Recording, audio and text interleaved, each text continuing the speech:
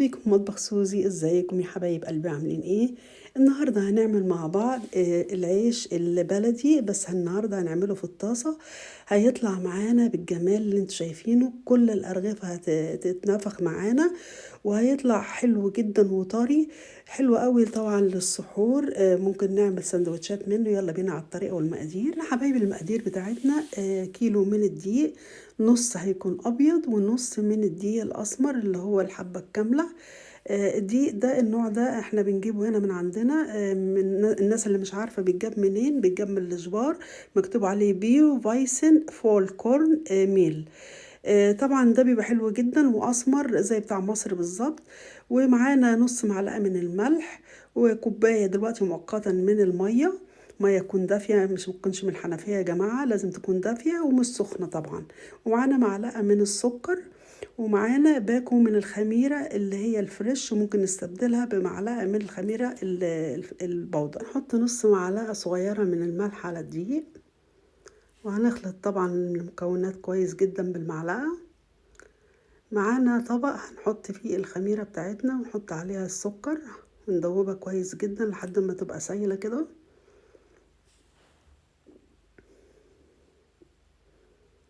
بصراحة حبايبي بحب الخميرة الفريش. دلوقتي هنحط عليها معلقة السكر الكبيرة ونقلبه بالمعلقة لحد ما تبقى معانا الخميرة سايلة زي ما احنا شايفين كده.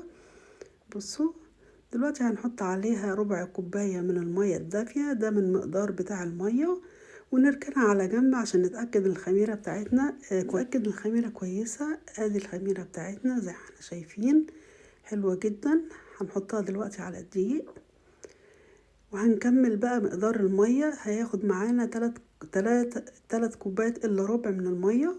دلوقتي هنحط بقية الكوباية، وهنحط كوبايتين الا ربع تاني. اهم حاجه الميه تكون دافيه يا جماعه، ما تكونش من الحنفيه او سخنه عشان ما تموتش الخميره بتاعتنا. دلوقتي يا حبايبي هنعجن العجينه بتاعتنا في العجانه لمده 5 دقايق، لو على ايدينا يبقى ربع ساعه لحد ما تتكون عجينه ناعمه. شكل العجينه بتاعتنا العجينه بتاعتنا مش طريه قوي ولا يابسه قوي، زي ما احنا شايفين كده، بتلزق في الايد بسيط خالص. اخدت معانا 3 كوبايات الا ربع بالظبط، زي الكوبايات اللي انا حطيتها لكم قدامنا. دلوقتي العجينه بتاعتنا زي ما احنا شايفين كده مش بتلزق في ايدينا خالص، والعجينه لازم تكون ناعمه كده وبتتمط معانا وشكلها حلو قوي. هنغطي العجينه بتاعتنا بالاسترتش راب ونسيبها في مكان دافي. هتاخد معانا حسب درجه حراره الجو، هتاخد معانا نص ساعه او ساعه. شكل العجينه بتاعتنا بعد ما خمرت ملت الطبق كده زي ما احنا شايفين. هنشيل الاسترتش راب ونبتدي نقطعها كور. طبعا معانا صينيه مدهون مرش عليها دقيق اسمر. هنقطع، ومعانا طبق فيه زيت، هنقطع العجينه بتاعتنا كور، ندهن ايدينا بالزيت الاول، ونقطع الكور بتاعتنا زي البرتقانية الصغيرة كده، ونحطها على الدقيق زي ما احنا شايفين كده. الكورة مش كبيرة قوي.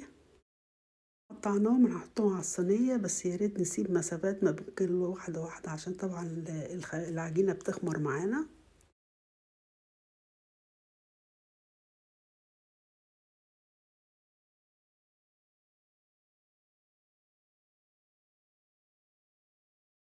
بعد ما قطعنا العجين كله هنغطيه طبعا اهم حاجة بفوطة عشان الوش بتاعه ما ينشفش. هنسيبه حوالي 10 دقايق، وبعد ال10 دقايق نبتدي نفرد ونشوفه مع بعض.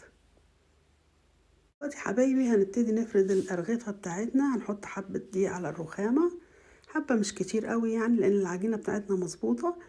هناخد أول كورة احنا قطعناها ونحاول نفرد ندوس عليها كده بإيدينا الأول، بس طبعا بالراحة عشان خاطر ما نهبطش الخمور بتاعه. ونفرد بالمردنة من الأطراف الأول يا جماعة، ما نحاولش ندوس عليها من النص أبدا، من الأطراف الأول. هنعملها طبعا من كل الاتجاهات بحيث ان الرغيف بتاعنا يطلع متدور. لو حسينا المردنة بتاعتنا بتلزق ممكن ندهنها بالدقيق بالراحة كده خالص.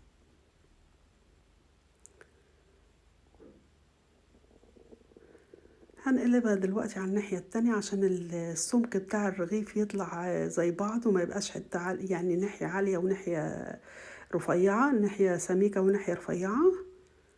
بس أهم حاجة طبعا نشيل الدقيق اللي تحت منها، منخلوش يعني كتير، ونحاول ندور الرغيف زي ما احنا شايفين، ما يبقاش طبعا شكل الرغيف مش مدور. وده سمك الرغيف بتاعنا او الرغيف. فوطة كبيرة زي ما احنا شايفين، هنحط الأرغفة بتاعتنا عليها. الفوطة دي حلوة جدا، مش بتخلي العيش يلزق. هنفرد واحد مع بعض تاني ونشوفه.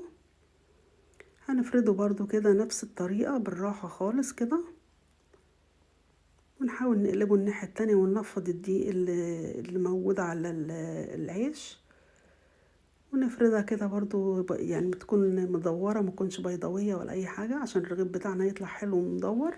وده السمك بتاعه. حاجة حبايبي، ننفض الرغيف بتاعنا قبل ما نحطه على الفوطة، نشيل كل الدقيق الزيادة. دلوقتي هنحطه على الفوطة لحد ما كل الكمية بتاعتنا تخلص. شكل العيش بتاعنا بعد ما قطعناه، عشان الفوطة بتاعتنا كبيرة، انا حطيت طبعا رق من تحت الاول او دور من تحت، وغطيت الفوطة، وحطيت برضو فوق من الفوطة دور تاني. اهم حاجة بس نغطي العيش بتاعنا عشان خاطر ما يعملش طبقة او ينشف. هنيجي في مرحلة التسوية، حطينا طاسة على النار، هنخليها تسخن طبعا كويس الأول. هناخد الرغيف من على الفوطة بالراحة خالص عشان خاطر ما نهبطش الخمور بتاعه، وننزله كده في الطاسة بالراحة برضو خالص. هنعد يعني حوالي 20 ثانية كده لحد ما الرغيف بتاعنا يشمع، لولا ما نقلبه على الناحية التانية. لما الرغيف بتاعي عدى عليه 20 ثانية أو الشمع من تحت وبدأ يبان بقليل كده من فوق، هنبدأ نقلبه من الناحية التانية بقى بالراحة خالص برضو، عشان خاطر ما نعملش خرم في الرغيف. لو عملنا خرم يا جماعة مش هينفخ معانا أبدا. هنسيبه برضو على الناحية التانية 20 ثانية وبعدين نقلبه. الرغيف بتاعنا من الناحية التانية الشمع، هنقلبه برضو على الناحية الأولانية، ونسيبه كده لحد ما يبتدي بقى هو هينفخ معانا، هنشوفه مع بعض. الرغيف بتاعنا بدأ يتنفخ زي ما احنا شايفين. الجزء اللي اتنفخ كده ندوس عليه كده بالراحة خالص عشان بقية الرغيف يتنفخ هو كمان.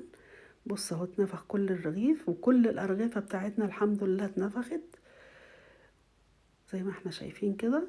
بعد ما اتنفخ نبدأ نقلبه برضو الناحية التانية لحد ما يستوي من ناحيتين. يا جماعة مش معنى ان هو اتنفخ يعني استوى.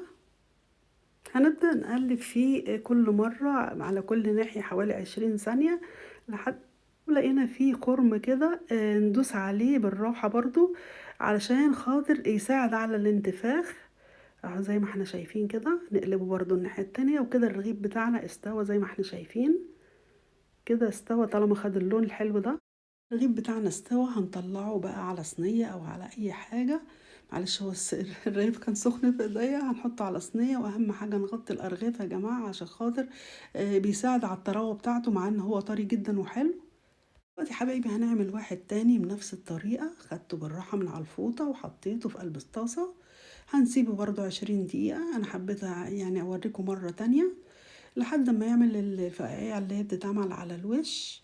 لولا ما هنقلبه اهو، نقلبه كده بالراحة خالص، هيتنفخ معانا وهيبقى جميل جدا. بس خلاص كده اتنفخ. هنبتدي ندوس عليه كده عشان خاطر كل الرغيف يتنفخ. هو بيتنفخ اهو من غير ما ندوس ولا اي حاجة. بصوا الجمال. بعد ما الرغيف استوى هنشيله ونحطه في الصينية ونغطيه برضو. هنعمل كل الأرغفة بالشكل ده. أنا هكمل المقدار كله ونشوفه بعد ما أخلص كل الكمية.